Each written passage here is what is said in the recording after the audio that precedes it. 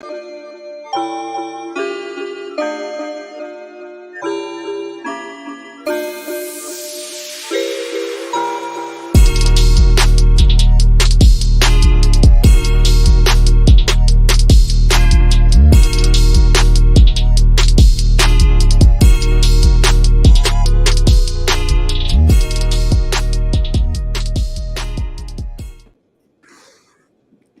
that beat never gets old. It never does.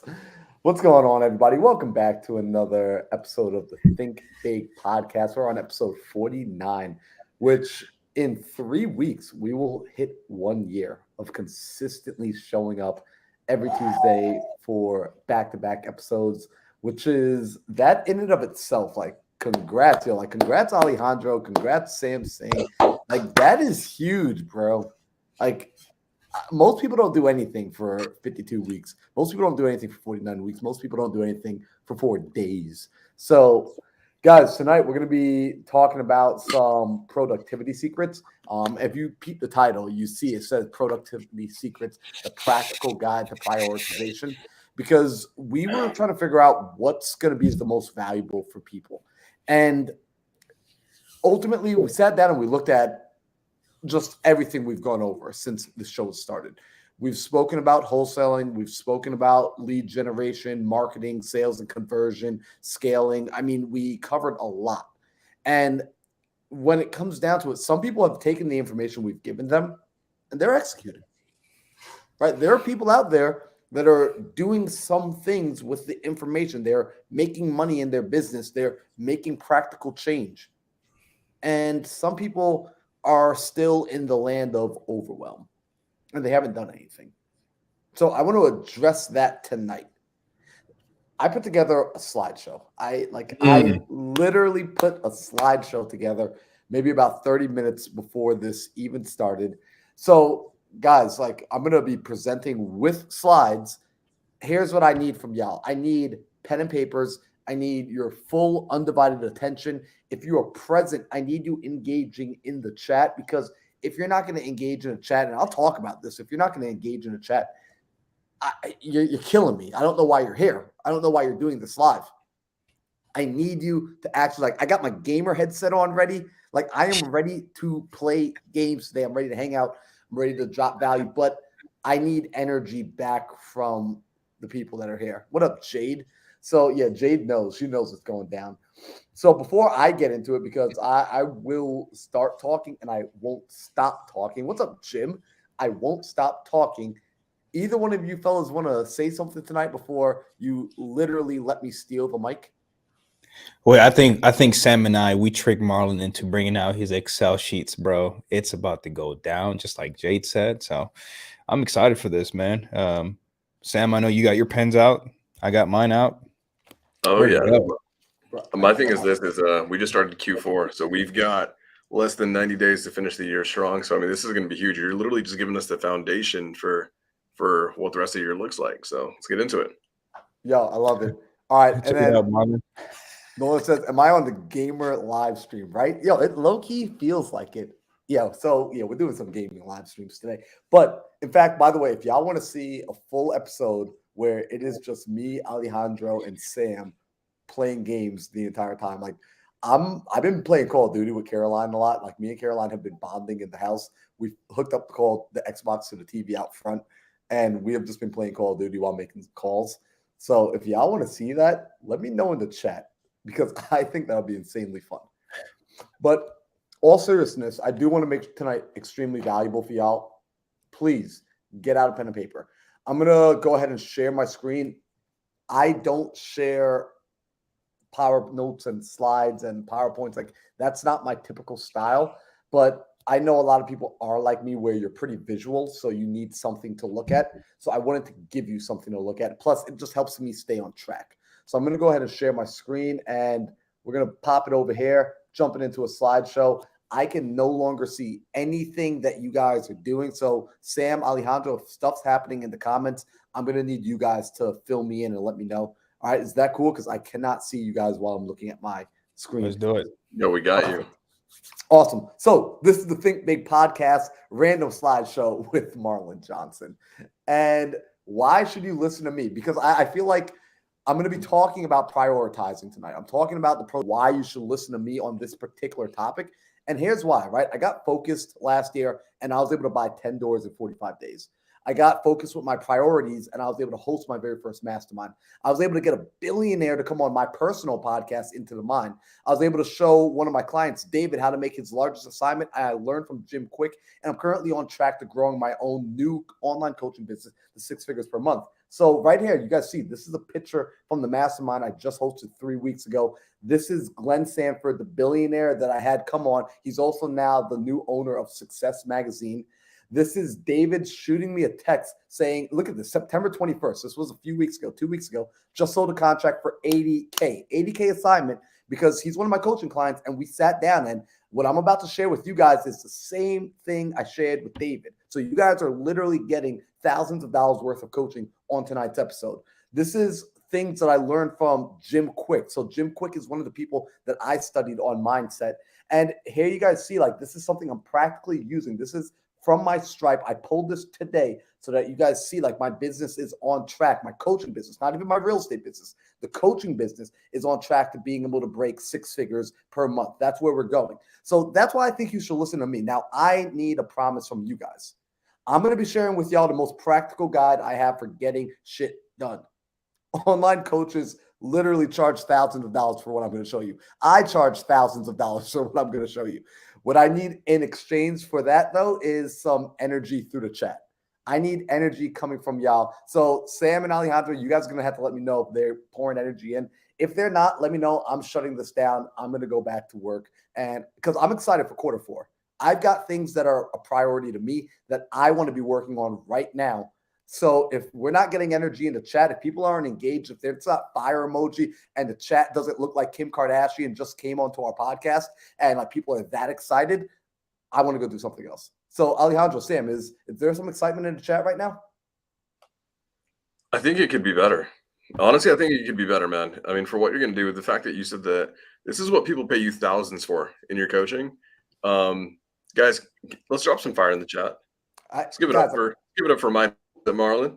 Yeah, guys, I busted out the gamer headphones for this tonight. Like, I am enthused. We're going full Twitch stream on this shit. All right, see, there we go. Now that's what I like to see the chat do, y'all. All right, so y'all got me. Like, this is how you pay me. It's with words of affirmation. It's with love, right? Like, be like little Care Bears and shoot the power of love from your chest at us.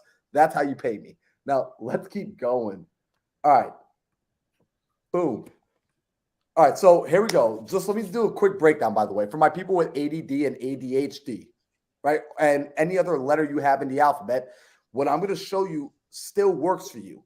Because one of the things I hear all the time, it's like, Marlon, I struggle with prioritizing. I struggle with focusing. I struggle with being able to get stuff done because I have ADD and I have ADHD. Guys, that text message I showed you earlier from David Smith has ADD. He gets shit done. Sorry for cursing so much, but he gets things done. I live with Caroline Kane. She's got crazy ADHD and she gets things done. And she practices the same thing that I'm about to show you. So if you feel like you can't make it work for you, here is good news. Everything I'm going to share with you, you can also pass on to somebody else on your team and in your world and have them do this work for you. So I just want to get that like out of the way for anyone who's like, oh man, I can't do anything to focus. Yes, you can. And let me show you how. Now, consider this. What would your life look like if you could get more done with the same 24 hours? Because we acknowledge that the amount of time you have in a day, 24 hours, there's nothing you could do about that. That's pretty much locked in stone. You only get 24 hours. However, your capacity, that's flexible. What you're capable of doing within 24 hours is absolutely flexible. And what if you operated like guys like this, like Pace Morby? Right? Isn't it true that in the same 24 hours, Pace seems to get more things done than others? Or what about guys like Kevin Hart? Some of you only know him as a comedian. This dude is a business mogul. He is the highest paid comedian on planet freaking Earth. This dude is extremely productive. Or if you don't like real estate investors, you don't like comedians, what about this dude? Dwayne "The Rock" Johnson. Literally one of the most famous humans alive on the planet right now, and also does more than any other human I know that's alive right now. I mean, this dude's schedule is jam-packed, and he's filming movies, traveling around the world, wrestling. I mean, it's insane what these people do. So what if you were able to operate like them? Because they're operating with the same 24 hours that we all have. Well, let's just look at this. There's 3 steps to getting things done, right? I want to show it to you right now. We're going to talk about it, and we're going to go into it. The first one is define success. Second thing is you're going to backwards engineer success. And the third thing is you're going to learn how to prioritize. This is the 3 steps right here. This is the magic sauce. Screenshot this if you need to. Write it down. These 3 things we're going to go into right now. If you understand what's on the screen in front of you, I guarantee you quarter 4, you'll be able to produce more than you've done in quarter 1, 2, and 3 combined. Let's keep going here. I'm going to say it very simply. In today's episode, you will learn how to get more she's done in less time, causing you to get to your goals faster, aka make more money. Is that a good, guys? Like real quick before I keep going, is that a good enough promise? Like, would that be worth their time for being here? Would that be like, I know for me watching like a podcast or an episode, it'd be worth my time if that's what someone was going to show me. Would that be worth your time, Alejandro, if someone was going to show you how to get more shiz done in the same amount of time, allowing you to get to your goals faster? Absolutely. Absolutely, bro. I'm ready. Pen's just on fire right now. Yeah, okay. I just got to make sure. What about the chat? Like, guys in the chat, would that, all right, Jonathan Supple is dropping fire. So Jonathan Supple is saying that would absolutely be worth it. Anyone else? Jonathan, should we just do a private call with Jonathan? Right? Jade, I think we should just do a private call with Jonathan and Jade. And all right, we got Ryan in the house, Jim. All right, cool. So some of you will think this will be valuable. There we go. Guys, I love it. Donabelle says, let's get more she's done. All right, so let me get back to getting some more she's done because I do not have a lot of time with y'all tonight. And there's a lot I want to share, but there's a very little bit amount of time. So I'm going to get right back to it. Now, we're going to learn how to get more she's done. All right. So step 1, let's talk about this. We said we're going to define success. And I got to ask you, right? Because we got to frame this here. Have you ever tried blindfolded archery? And if you haven't, you don't know what you're missing, right? See, the interesting thing with blindfolded archery, some of you are going to get that. Some of you, it'll hit later. The thing with blindfolded archery is it's really hard to hit a target that you can't see. And yet this is what people are trying to do in their business, in their life, in their relationships. It's unfathomable that you're going to achieve something great by accident. Success is not accidental. You have to know what you're aiming at. So the very first thing we have to do is define success, because imagine playing a game where you already knew all the rules and you already understood with certainty what the main objective was. It becomes a lot easier to win that game. Wouldn't you agree? When I know the rules to the game and I know the objective, I can obviously win the game. If I'm playing a game with a little kid and they don't explain the rules to me, I don't understand what the objective, what's the point, it becomes much more difficult to win. So the first thing we have to do is define success. So the question is, how do we define success? It's going to be in these 4 steps. Right. And I'm laying it out here so you can see it. For my note takers, this is going to be what you want to screenshot. This is what you're going to want to write down. And I'm going to break each of these down as quickly as I can. When I'm defining success, I've got to write down. I wish I should have highlighted this. Write down clearly what you want. It's not enough to only think about it. It's not enough to maybe tell your friend once or twice. I need it written down and solidified. In fact, I want you to go chisel it into stone, because it needs to be that real. It needs to be rock solid. It needs to be unchanging by how you're feeling temperamentally every day, right? Because tomorrow you're going to feel a different way. Last week you felt different than how you feel today. Tomorrow you may watch a podcast. You may watch a training video. You're going to get into gator lending. Something's going to come and influence you, and it's going to cause you to think about new things, which, if your goals aren't written down, if success isn't written down, it's going to start to shift the finish line. And this is where most people screw up. They keep moving the finish line. How you get to the finish line will change, but you cannot change the finish line. You need to set the finish line and lock it in place. This is how we get there. So that looks like defining success on paper, writing it out. Literally getting a notebook, getting a pen and paper, writing it out. If you type it up, I need you to print it out and hang it up somewhere. It needs to be locked in stone. I need to be able to go into your room, go into your house, go into your office and find it. You need to be able to read it out loud to your employees, to your coworkers, to your JV partners, to your business partners. I cannot stop emphasizing this. I won't stop emphasizing this. I need you to write it out. So, step one is going to be write down clearly what you want. Step two is going to be write down clearly what you're willing to give in exchange for it. I got to talk about this for a minute because the challenge here, I'm going to come back and I want to look at you guys' face for a minute. The challenge here is when people don't clearly define what they're willing to trade for it, what happens is we start creating this reality in our mind where we're trying to get something for nothing. The universe does not work that way. That's like sitting in front of a fire or sitting in front of like a chimney stack or a fire pit and telling the fire pit to give you heat. Then later on, you will give it wood. You will give it gasoline after you get the warmth. It doesn't work that way. Law of equivalent exchange. Anyone of my people watch Full Metal Alchemist, you know there is no such thing as something for nothing. This is so important. So when you start to identify what you're willing to give for it, it can be anything. It might be that, hey, look, I'm willing to give my time, energy, and effort in renovating homes in exchange for the money I want to earn. It could be as simple as that. If you're a babysitter, it could be, hey, I'm willing to watch your kids. I will give you peace of mind for 3 hours while you're on date night with your honey while I'm watching your kids in exchange for $100. You have to just know, what are you willing to trade for what you want? You have to set the price. Now, bringing it back here, let's go back to my screen share. From here, I've got to identify my team members that I will need. Way too many times people screw themselves over by not recognizing the fact that you will not accomplish anything alone. You just won't.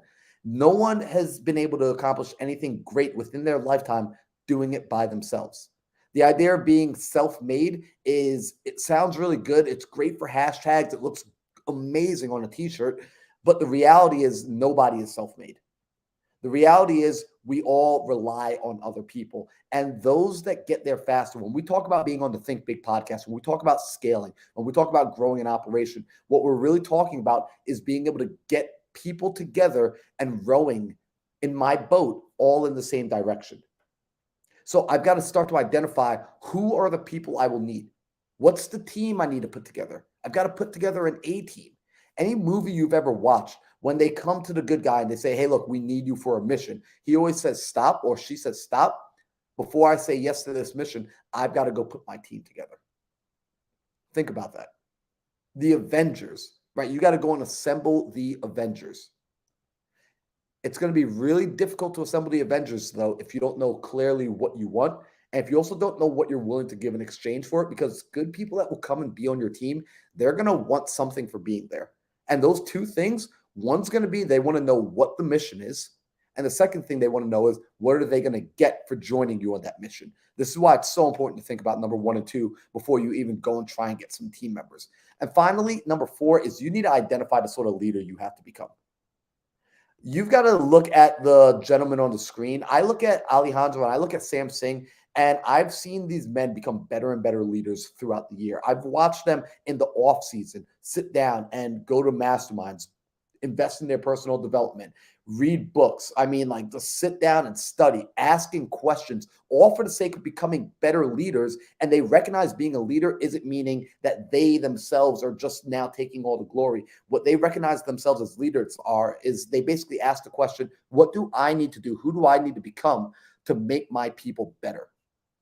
To create an environment where my people can grow, to create the environment where my people can accomplish their goals. We have to know this. This is where we have to start. You need to first, step 1, get clear on your goals. And this is how we do it. So I'm going to bring it back here to the screen share. But before I jump into this next piece, I want to know, Alejandro and Sam, how y'all feeling about this so far? Is there anything that's resonating with y'all? Yes, absolutely. Especially the circle part. I had a question for you there, Marlon. For those who are listening, how do you how do you decide on who you add to your Avengers?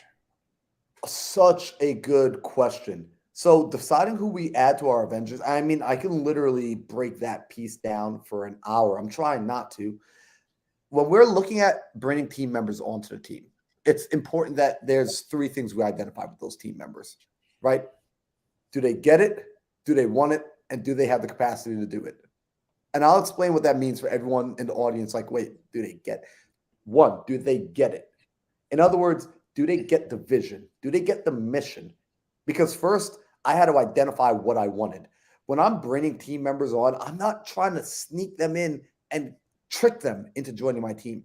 I'm going to tell them, hey guys, right now, this is the mission. This is what I want to accomplish. I need to feel proud in saying that. And if they're like, that's stupid, great. You just disqualified yourself from the team. You can't join the team if you think what the team's got to do is stupid. You got to, when I say, hey guys, we are going to become the biggest name in the personal development space, like we will be the authority in personal development and success, right? We will create the law of success. They need to say, dang, that sounds big. I'm in, right? We will become the largest name in wholesale acquisition. We will become the household name in scaling an industry. We will be the guy that puts all the gurus out of business by giving it all away for free. When they hear those words spoken from you, they need to say, whoa, yo, we're doing what? Yo, sign me up. So that's getting it. They catch the vision, right? So they get it, then they want it. It excites them. Like they are intrinsically motivated for their own reasons by your desire. There's a symbiotic relationship there. They can see clearly that helping you is also going to help themselves. So now we don't have to sell our team members. Our team members are selling themselves. And then having the capacity to do it. It's good and dandy that they're a great person, that they want to be there, that they're all excited about it. But the truth is, if they don't have the skill set to do the job that you're assigning to them, if they don't actually have the tools and the skills needed to help you accomplish the goal, they're not the right person for the team. Just like if I'm bringing someone onto the NBA, like LeBron's not going to pick new team members based on like who he likes hanging out with. He's going to pick team members based on who's going to help him get the ring, who's going to help him become a better player. So when we look at the team members, we do have to have a level of discernment in who we pick. And I got to say this to everybody. If you're struggling to pick team members for the first time, it's okay to pick people who aren't going to stick around forever. It's okay to pick people who you're temporarily going to date. You might not marry them, but you're going to date them. And they're going to teach you a lot, and they're going to grow, and they're going to help you get to the next stage of your development. And when they part ways, when you guys leave, that will be okay. I used to struggle with this until a mentor taught me that, yo, it's okay to date people before you get married. And I needed to remember that. So with business, it's okay to date before you get married. Now, great question, Alejandro. I absolutely love that. Guys, and if you have questions, throw it in the comment, throw it in the chat. Also, what's up, Dylan? Good seeing you inside here. So let's bring it back over. That was a great answer, Marlon. No, that was just a great answer. Thank you. I didn't when I started, I didn't have the answer for that. I was just, bringing people on board that just say, hey, I'm interested in joining, and definitely something I wish I learned starting out. But either way, it's a great learning experience, and I appreciate your answer. Dude, 100%. It's something I wish I learned. So these are steps. This is step one for defining success. Guys, screenshot this if you need it. If you need to hear it again, just go back and rewind. We're moving forward. Now, I need you to make a commitment, right? If you're ready to take in the wisdom that you're hearing, you will know by your action. And that action is your willingness to do what I just laid out. Sometimes people are like, how will I know the secret when I hear it? How will I know the answer when I hear it? And the truth is you're ready for it when you're willing to do the work. When the answer is given to us so many times. Guys, I just laid out the answer. I know this seems so clear. Sometimes we want a complex answer. The truth is success isn't complex. It's simple. Simple doesn't mean easy. Don't mistake simple and easy for the same thing, right? Because simple to do is also simple not to do. So the way you show that this is hitting is by your willingness to take action on what you just saw. Now, let's go back here, right? 3 steps for getting more things done. We just recognized defining success as step number 1. Now, number 2 is backwards engineer success. And when I say backwards engineer success, I want y'all to think about this. Anyone ever play with a maze, right? Look at this. There's a maze on the screen. I want you all to solve this maze right now, right? Take 5 seconds to solve this maze, right? 5, 4, 3, 2, 1. I bet you a majority of you just solved this maze, and I can guarantee the people that solved this in 5 seconds, it's a very simple maze. I can guarantee you the people that solved it in 5 seconds, they didn't start up here. They started down here. Put a yes in the chat or put it like a 1 in the chat if you started from the end when you solved this maze instead of starting from the front. Because anyone that's ever played with mazes, you know this is the easiest way to solve a maze is to start from the exit. Start literally where you want to end. And in life and in business and in goal setting, it's the same thing. We want to actually start at the end and work backwards from the beginning. So when we do this, I'm going to show you how to backwards engineer success. It's a very, very simple process. So step 1, we clearly define success. Wait a second. Where did we just see that? Oh, I think I just went over that. So we already took care of step 1 by clearly defining success. In order to backwards engineer something, you have to know what the something is that you're trying to backwards engineer. So let's focus now on the other 2 steps, which is going to be a little bit more critical. Write this down. Break the goal down into the ridiculous. I want you to break your goal down into the ridiculous. What do I mean by that? If your goal is, and I'm going to do this in real time, if your goal is to earn $1 million, that can feel extremely overwhelming, right? It could just be like, I don't know how to earn $1 million. Well, neither do I. But here's what I can do. I can take $1 million on my calculator, and I actually want to come and hang out in the chat with y'all for a second. I can take $1 million on my calculator, and I can say, well, let me break that down. Let me divide it by 2. 500,000. I don't know how to earn $500,000. Okay. Well, let me break that down again. Divide that by 2. 250,000. I don't know how to earn 250,000. Okay. Well, let me break that down and divide that by 2. 125,000. I don't know how to earn 125,000. Okay. Divided by 2. You guys see where I'm going here. 62,500. Okay. Personally, I do know how to earn 62,500. So I would then start there.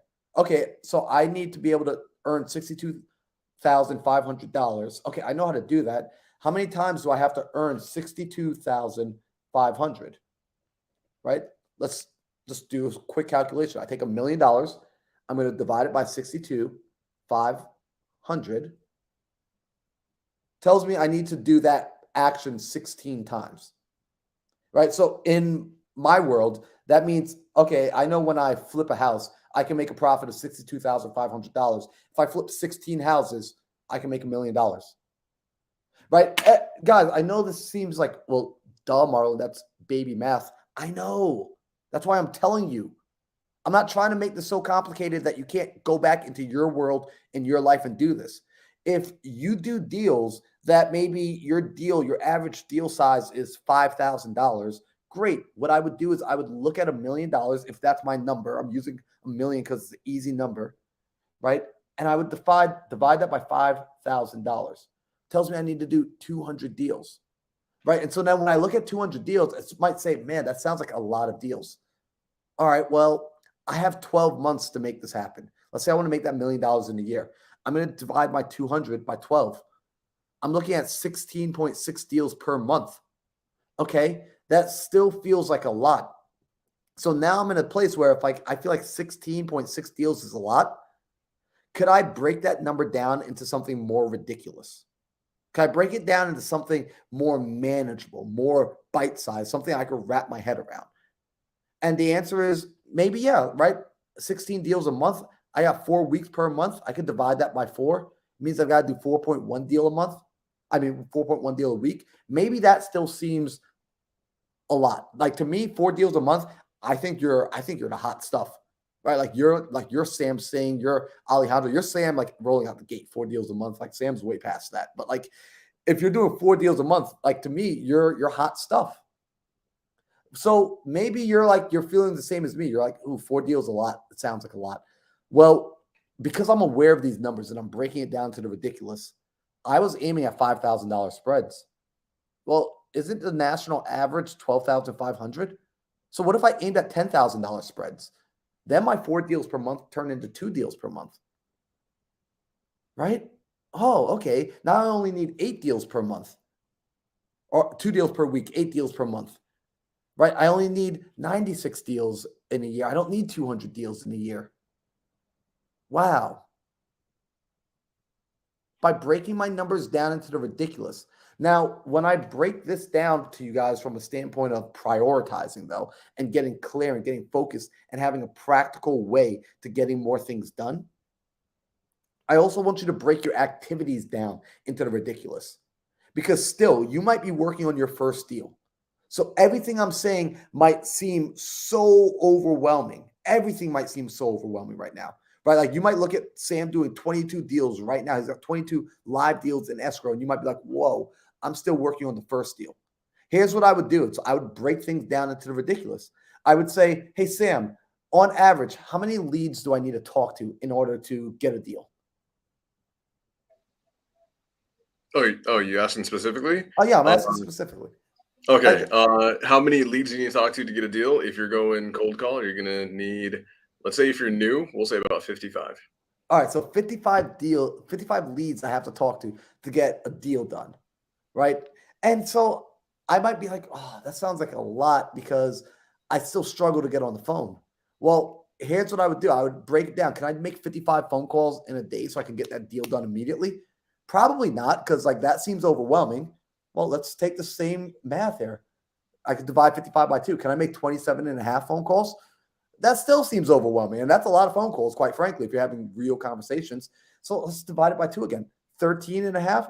Hey, Marlon, I still got kids. I still got work. I literally only have an hour a day. Okay. Well, let's break it down. How many calls can you make in an hour? I think I can make 2 calls. Phenomenal. Let's start there. Why? Because it's what you're capable of doing right now. And when you begin doing what you're capable of doing, what happens is we start to build a sense of confidence. We start to build a sense of, okay, I can get this done. And maybe the first week, it takes you an hour to make those 2 calls. And what you're going to find is when you step into week 2, now you can make 3 calls in an hour. So you just went from 2 to 3, right? You just increased productivity by literally 50%. And this is how we start to break things down. When we start to break things down to the ridiculous, so many people want to start with the dreams being so large. And I'm okay with dreaming huge. Dream as big as your freaking mind lets you. But be willing to break your goal down into the ridiculous until you eventually get to the thing, the lowest thing that you can do right now, and begin there. No matter how big your goal is, I can promise you, if you continue to break it down into the ridiculous, you will always be able to identify a first step that you can start taking. And by taking that first step, you will initiate the magical laws of the universe, which will then start to attract everything else to you. But standing still brings nothing to you. I can guarantee you that. I can guarantee you if you stand still, nothing will come your way. That is a promise. If you do nothing, nothing will happen. That's a promise, right? So now let's get back to this screen here. Because if this is why I put the slideshow together, I will start going off on tangents if I don't come back to this. So we're going to break the goal down to the ridiculous when we're re-engineering it backwards from success. And by the way, when you do this, I'm going to stop one more time. I got to just add this emphasis. I broke $1 million down to $500,000 to $250,000 and so on and so forth. It might be that you identify how to make your first $1,000. Great. And you might be like, but Marlon, I still don't know how to make $500,000. You don't even need to know how to do that yet. Go make the first 1,000. I know it sounds like you might be thinking, but Sam says I got to scale and I got to go there fast. Yes, you do need to scale. And yes, you want to get there as quickly as as you possibly can. However, overwhelming yourself with the thoughts of the big task that are coming for you on chapter 17, meanwhile you're on chapter 1, is not going to do you any favors. It is okay to be at chapter 1. It is okay to have discernment with listening to your mentors, with listening to the gurus, with listening to the people who are eons and decades ahead of you, and recognizing that the advice that they're giving might not be for the season you're in. That's okay. Now, let's go back here for a minute. So we are back to this, and now we're going to look at this final piece, which is ask everyone for help with your first milestone. I know this one is actually an interesting one, and I put it here on purpose because I'm assuming now for a minute I'm talking to somebody. Actually, quite frankly, it doesn't matter what level you're at. This is always going to be great advice. Ask everyone for help with your first milestone. When you identify clearly what that first step is, that first step might be, I need to make my first phone call. I'm going to ask the people in my world who have done this already for help. Hey, Alejandro, can you hold me accountable? Tomorrow I'm supposed to make my first phone call. Can you just make sure I get that done? Can you check in on me? I'm going to tell everybody what I've got to do. And I'm going to tell everybody when it needs to be done. And I'm going to ask them for help through the form of accountability. Hey, can you call me out if I don't get this done? The reason I say that is because when we make public proclamations, what happens is many times we're not motivated by the success. We're motivated by the fear of loss. And I don't want to lose respect within my inner circle, within my group of friends. And this is the same way for most people. This is why most people start showing up to the gym after they hire a personal trainer. It's because they don't want to lose the respect of the other human that they just told, I'll be there tomorrow at 7 a.m. When it was only up to them, it's easy for us to let ourselves down in the darkness and the silence. So when you start to identify the milestones that you know you're capable of doing, you've broken it down into the ridiculous, and now the only reason you didn't do this is just simply because you were being lazy, but you start to ask people for help. You start to say, hey, Sam, can you help hold me accountable? My goal is to add 200 people to my email list. Sam's going to be like, all right, bet. Right? Next time he talks to me, the first thing he's going to say to me is, yo, where are you at with your goal? Did you do the thing? This is what you want to leverage. When we're backwards engineering success, we've got to also engineer into our world a pain of loss. And not a fake one, make it a real one. Right? If you need to bet your friends and say, hey, look, I'll give you $500 if I don't follow through, do that. Now, let's bring it back in here one more time.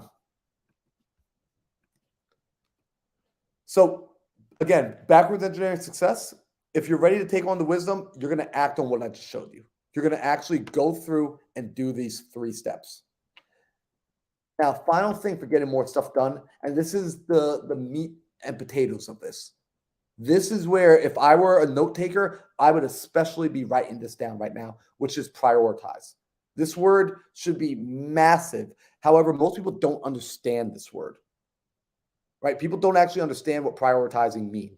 And honestly, the people that do kind of understand it still suck at doing it because they don't practice it. So let's look at prioritizing and let's understand something for a second. A to-do list is not prioritizing. In fact, a to-do list is a waste of time, especially the way most people use it. A to-do list can be useful if prioritized, right? If you leverage prioritizing with your to-do list. But the fact is, what do most people do? Alejandro, I'm going to explain what most people do here. They sit down, they start getting overwhelmed with trying to accomplish a goal, with trying to build a business, with trying to run a life and have a family and do all that stuff.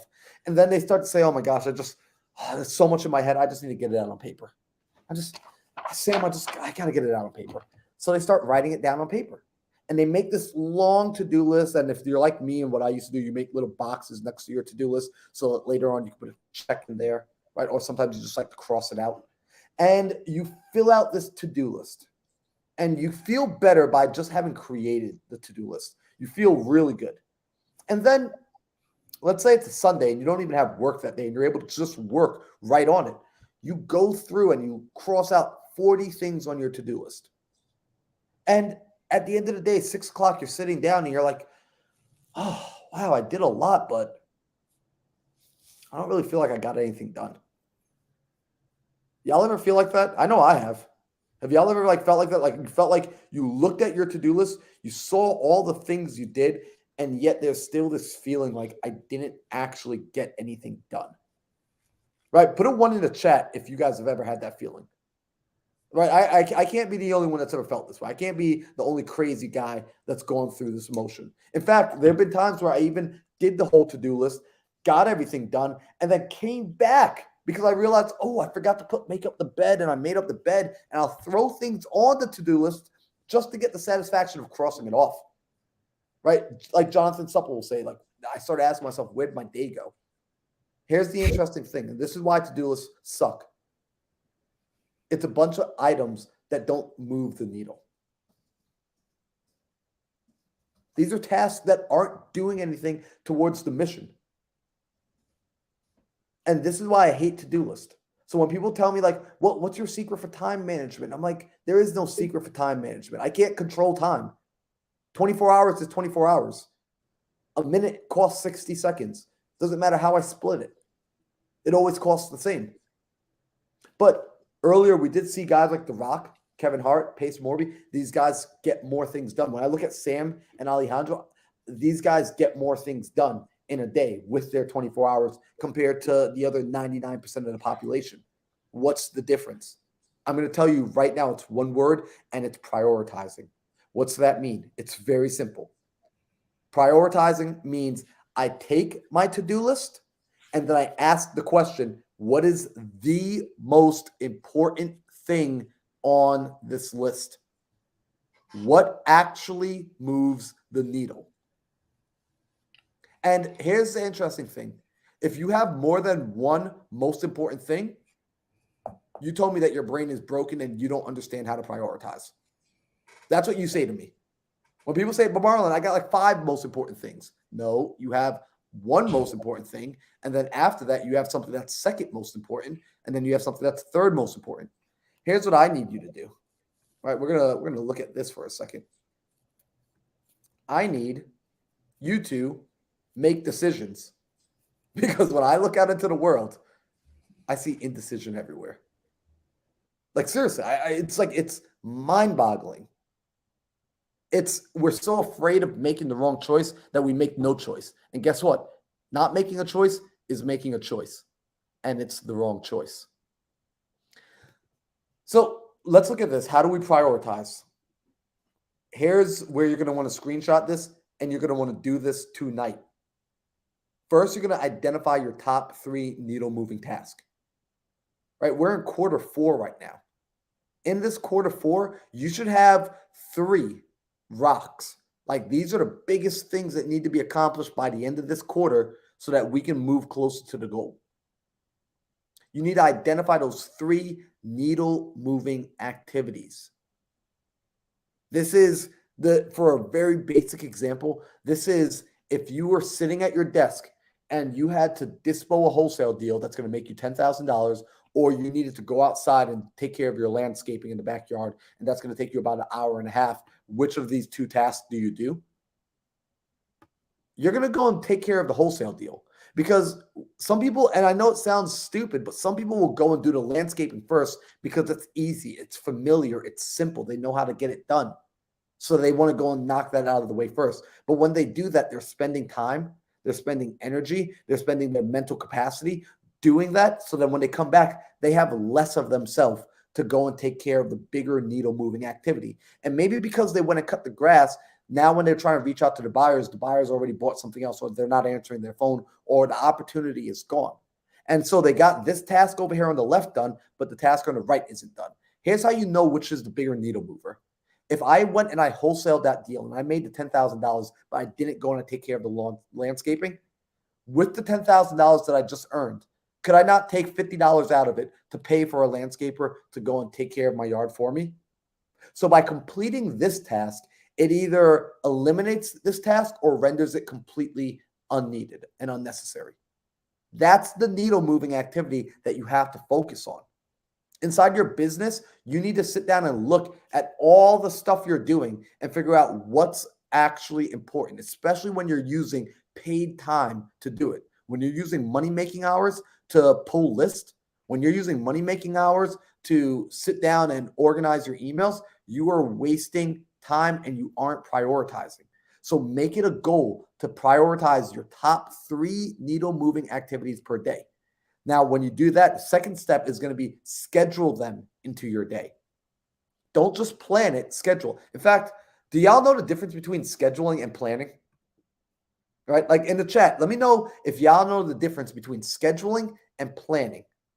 What is the difference between scheduling and planning? Because people use these words interchangeably, and there's a big difference, a massive difference. There's a 7-figure difference between scheduling and planning. And I'm going to tell you what that difference is right now, because both are important, but you need to know when to use them, and you need to use them in the right order. Before I schedule, I will plan, because when I plan, that's going to be me figuring out what is it that I actually need to do. So when you figure out those top 3 needle movers, that's you planning. That is you literally going into your general's tent and getting ready for tomorrow's battle. That's how wars are won, is when the general goes into the tent. It's not actually out in the field. It's in the tent. That's where the war is won. So that's planning. Scheduling, however, is like Tim says, it's date and time. It's actually giving it a date and time to be accomplished. Most of you have planned. You know exactly what you need to do. I need to make 50 calls so I can get the deal done. Great. So it's planned. But when I look at your calendar, where is it? Nowhere to be found. If your plans are not on your calendar, they are merely wishful dreams. It's wishful thinking. Also, shout out to Don Rich, saying your top needle moving activity is usually the one you know you need to do, but there is fear inside of you that's stopping you from doing it. So you make a to-do list instead. Oh, the truth cuts deep, doesn't it? Right? Like somebody felt that just now. And when we come back to this, I want to share this again. I want to pull this back over. Like, yo, are y'all getting value from this? If you're getting value from this, put some fire in the chat. Right? I need to know if this is resonating or if this is just for me. Am I the only one having fun right now? Right? Put some fire in the chat if you're getting value from this. Because after we schedule these items into our day, number 3 is literally what Donovan's talking about here, is go and do number 1 first. If you took the time to figure out what the biggest needle mover in your life is, you sat down the night before, the evening before, the day before, the week before to figure out what the most valuable thing is, why would you do anything else? And guys, like, let's just be honest. How many of us have done this? I know I've done it. Right? Like, I've done this. This is why, like, I had to literally go and study and learn how to stop doing this, because I was being a knucklehead. I was being stupid. Maybe you weren't being stupid, but I was being stupid. Because I would identify, okay, the most important thing I need to do is have this conversation with this person tomorrow. But because I'm nervous, because I'm scared, I'm going to go do everything else. And I keep putting it off. It's like the people that say time heals all wounds. I look at those people and I'm like, you're stupid. Time does not heal all wounds. Time does nothing. Time provides you the opportunity to do the work. That's what time gives you. But you still need to do the work. So whether it takes 2 days or 2 years is up to you. So when I identify what my top 3 needle moving activities are, I literally wake up in the morning. I got my journal. I literally have a high performance journal, and I go and I schedule the first thing I'm going to do that day is number 1, because it moves the needle the most. Why would I waste time on anything else? Now, Yo, Marlon, real quick, I just want to highlight this, man. I mean, to the point is as people level up, right? Those activities, those top 3 needle moving things on a daily basis, on a weekly basis, on a monthly basis, what will inevitably happen is the leverage will increase over time in your entrepreneurial journey.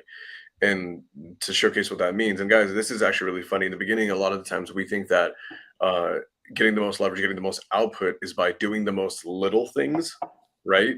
And then the fun thing is that as I level up and I get around people like Marlon, like Alejandro, like Pace Morby, like all these people, even though it from the outside it looks like they're doing 25 million different things at once, they're really not. As they get bigger and bigger and bigger, they get really damn good at only doing the biggest things. And then everything else can be delegated, can be automated, can be systematized, or it can be put off. And like to the most extreme capacity of what is the highest leverage activities, look at arguably one of the greatest investors of all time, Mr. Warren Buffett. And he will say he's one of the greatest investors on the face of the earth in history. And he says if he makes two good picks, two good decisions in a year, it's been a damn good year. So I just wanted to highlight that, dude. Leverage, leverage, leverage, leverage, and priority. That's so good. I freaking love that, Sam. Dude, absolutely. So I want to wrap it up here because I want to be conscientious of time. And I told you guys I didn't want to take too much here, but let's look at this for a second, right? I grabbed this from Jim Quick, right? And he wrote an article. This was a good article. I'm not going to read the entire thing, but he says planning helps us identify the things that we have to get done each day. When we wake up, many of us have a running list of tasks that we need to achieve. But when we don't write that down, it takes a lot of brain energy to keep track of that list. Hence why the first thing I told you all to do is write it down. It could also start our day feeling overwhelmed, which can elevate stress levels and take up even more brain power. The truth is, if you're waking up stressed out already, if you start your morning stressed out, I can guarantee you it means you're using your brain as a filing cabinet versus using it to think. I want you to free up your mind. Stop using your brain to hold on to stuff. Get it off your brain, put it on paper, type it out, get it from your mind. Funny enough, Caroline every morning will ask me, like, hey, what do you got planned for today? I'm like, I don't know. I got to go check my schedule. I literally tell her that every single morning. She's like, dude, how do you never know? I'm like, because I don't waste my brain holding on to useless information that I can easily look down in my schedule and find. And so here we go. Either the night before or right when you wake up, you should take a few minutes to write out a list of what you need to accomplish for the day, your to-do list, if you're still using those. This can include things like exercise, household chores, errands, social time. Once you've written everything down, look at what he says. We need to prioritize that list. Again, what is prioritizing? It's labeling, it's giving a level of importance. It is assigning a level of importance to the items that you have. Only focus. I do 3 things a day. I'll be the first to say that right now. I only do 3 things a day. What? Yeah. I do 3 things a day.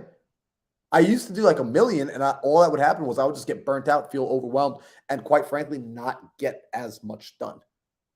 Since I started focusing on only doing 3 things a day, I get more done. And I have more time to also look and see what needs to be done to get me where else I need to be. Now, I'm going to wrap it up here because if I don't, I will just start talking on something else. But here's what I want to do because I was thinking about like, okay, like after I share this with everyone, like some people are still going to want to stay connected. Guys, I want you to do this. If you want to connect with me, connect with more like-minded people, go to my Facebook group. Right? It is a free group to join. It does not cost you anything. You'll be able to go inside there. And I'm slowly starting to gather all of us, like all the like-minded individuals, the people that come on the Think Big podcast, the people that are like the Alejandros and the Sam Sings and myself. I'm gathering us in one place. Go to the Facebook group, go to Millionaire Mindset Community 1, right? It's facebook.com/groups/Millionaire Mindset Community 1. Go inside there. We will keep the conversation going. As time goes on, what I'll end up doing as the end of the year comes up, I'll do a workshop because I was already talking to some of my people inside there, and they were asking if we can do a workshop for setting goals for 2024 because they're aware that the time to set goals for 2024 is not December 31st. It's not December 25th. It's not even in December. You need to be starting to think about next year now, today. You should be planning for that future so that you can start to prioritize what needs to be done. So on that note, how'd I do? I stayed in time? We're good? We're good. I got 5 minutes to spare. Let's go. Fire. Dude, that was like a doctoral thesis, bro. That was insane. Dude, I put that PowerPoint together like 30 minutes before this. I don't use PowerPoints often, y'all. So I hope y'all didn't get bored by the blue background on the PowerPoints. Like clearly there weren't a lot of pictures, but yeah, I hope that was helpful. I have a question for you, Marlon. Yes, sir. The 3 things you do every day. What would you suggest to do if I have multiple fires just jump out the blue on one day? Like, Oh, let's say you have 3 things, but then you have like 8 other things that just randomly pop out throughout your day. Like, what do you do? Do you just still keep those to the side, or what do you do there? dude, great question. Take it. So if an individual is in a place where like they've got like a ton of fires that keep popping up in their world and they kind of know that this is going to be the case, here's what I would say. One, become aware of where you're at, like the chapter and the season you're at in life. Right? Like you might not be able to just like toss everything off your desk and just start fresh because of what you saw here tonight, because there are prior engagements. There are things that you've already, there's a hole that you already dug yourself into that you've got to just honor and recognize. I put myself in this hole. I need to get out of it. Right? It's kind of like if a person learns about like how to properly use credit, it doesn't just negate the last 7 years of bad credit behavior that they've been doing because now they understand what good credit behavior looks like. They've got to fix that piece. So from that standpoint, I would still identify my top 3 priorities that I can. And here's what I would do. I would give a time allotment to it. Right. So there's a principle called Parkinson's principle or Parkinson's law. And Parkinson's law states that work will always fill the allotted time given to it. If I only give an hour to write the book report, I will write the book report within an hour. School taught us this. The teacher gave you 45 minutes to do the test. You got the test done in 45 minutes. Had they given you an hour and a half, that's how long it would have taken you. So for an individual in that position, I would say start to gather what free hours you do have towards your priorities, even if it means you don't get them done. And if you don't get it done, guess what? You don't get 3 new priorities tomorrow. You take these priorities and they move over with you until they're completed. Because if you did the work of identifying this is the most important task, it's still the most important thing tomorrow as well. Unless, again, you just suck at prioritizing and you're picking random things. From there, typically when I schedule, and I use my calendar a lot, I never fill my schedule out 100%. I leave white space. Why? Because life is uncertain. Fires are going to pop up. I anticipate that. So I actually leave space in my calendar for things to come up, for things to, because it happens. I've learned enough in the last 3+ years of doing this that something will always go wrong. Like, in fact, earlier today, right before we hopped on this podcast, my assistant literally texts me and says, "Hey, our property is listed on Facebook Marketplace." Twice. 2 separate people listed our property for rent on Facebook Marketplace with our pictures, with the address. And I'm like, why does someone list what is going on? Random, right? How could I have known to predict that? But I anticipate something's going to happen. So I literally have in my calendar a block that says white space. And that white space is for the inevitables. Love it. Thank you, bro. Heck yeah, man. Ooh, I want to just go through the comments real quick because every time Donovan writes a comment, I always get excited. So I just want to see what this says. Learn the 2 types of freedom. Freedom from which is externally escaping from what you don't want and is avoidance motivated, your to-do list. And freedom to which is internally committing and courageously choosing what you want and is approach motivated, prioritizing. Oh, that's so good, right? You're basically choosing the freedom. You're choosing to either run away from what you don't want to do or run towards what you do want to do. And that running towards takes a level of intentionality. So, guys, we are at the end of the evening. It is 6 p.m. Hopefully, Sam and Alejandro let me share again. Hopefully, I did good tonight. All right, like I can stay on the show. Because, guys, can I stay on the show? Can I continue to be a part of the Think Big podcast? You know what? I think it lacked a little bit. I think that next time you have to do better. And then but tell you what, since we're 49 in, we'll give you some slack this time. But just kidding, man. I mean that was freaking fantastic. Like that was actually insane. And as someone who this, man, I just work. I just work. And I work without any rhyme or like kind of, methodology half the time. It's just we just work and do what needs to be done. And as I grow, I have to become more tactical and become more And I had to lead with a methodology that makes sense for higher levels of output. And dude, that was like, you helped me process. Now I'm thinking about it, my big ass whiteboard. I'm going to go back to that whiteboard and probably delete 90% of it, identify the highest leverage things, and then that's my homework. So I'm going through the homework tonight, guys. Dude, that was fantastic. Bro, appreciate you. So, guys, this is what you can do, right? I want y'all to do this. For those of you that are going to actually take on the mantle of improving your life and you're going to do the homework, I want you to do the homework tonight, right? Clearly identify your goals, clearly identify what are the top 3 priorities. And here's how I want you to ask for help, and this is how you're going to do it. You're going to take a picture of the 3 things that you need to get done tomorrow. And you're going to go on Instagram, and I want you to share it. And I want you to tag me, tag Alejandro, tag Sam, and also tag Daryl. I want you to tag the 4 of us, right? Our IG handles are right there. Tag us, and we want to hold you accountable to what you say you're going to do. Because if you do this, right, logically think this through. If you identify the 3 most important things that you need to do tomorrow, and you start with the first most important thing right away at the beginning of the day, and you continue this behavior for the next 90 days, what sort of person do you think that would turn you into? Who gets created at the end of those 90 days?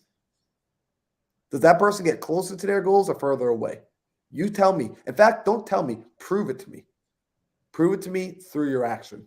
So, y'all, we appreciate you. If you're new here, make sure you hit that like, subscribe button, leave a comment, and share this episode out with a friend if you got value from it. We'll be back next Tuesday evening for episode 50 of the Think Big podcast. Guys, we appreciate you all. If you're going to screenshot, this is the time. Peace out, y'all.